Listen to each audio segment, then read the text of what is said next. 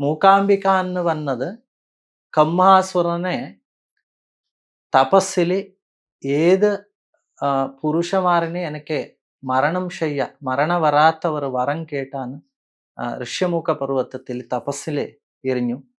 ഇനി ശിവന് പ്രത്യക്ഷപ്പെട്ട് വരം കൊടുക്കുന്ന സമയത്തിൽ ദേവി വാഗ്ദേവിയായിട്ടുള്ള ദേവി അവന് ദിഗ്ബന്ധനം ചെയ്തു.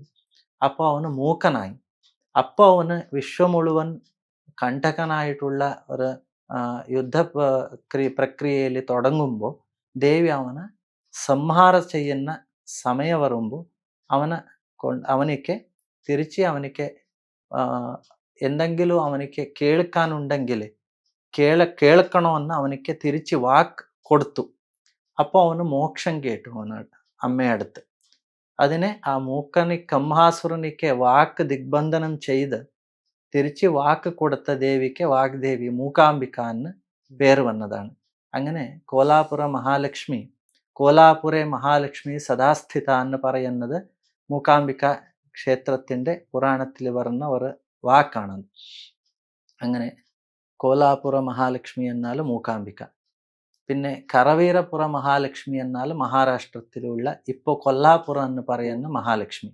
അത് കറവീരപുരം, അവിടെ കൊല്ലാന സംഹാരം ചെയ്ത് മഹാലക്ഷ്മിയാണ്.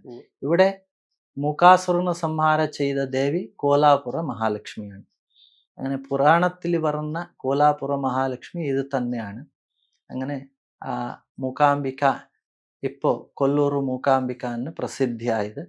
പുണ്യക്ഷേത്രം ജ്യോതിർലിംഗത്തിൽ 12 ജ്യോതിർലിംഗത്തിൽ ഒരു ജ്യോതിർലിംഗം, 18 മുഖ്യ ശക്തിപീഠത്തിൽ ഒരു ശക്തിപീഠം അല്ലാണ്ട് അത് ഗോകർണ മണ്ഡല വ്യാപ്തിയിൽ വരുന്ന പ്രദേശം.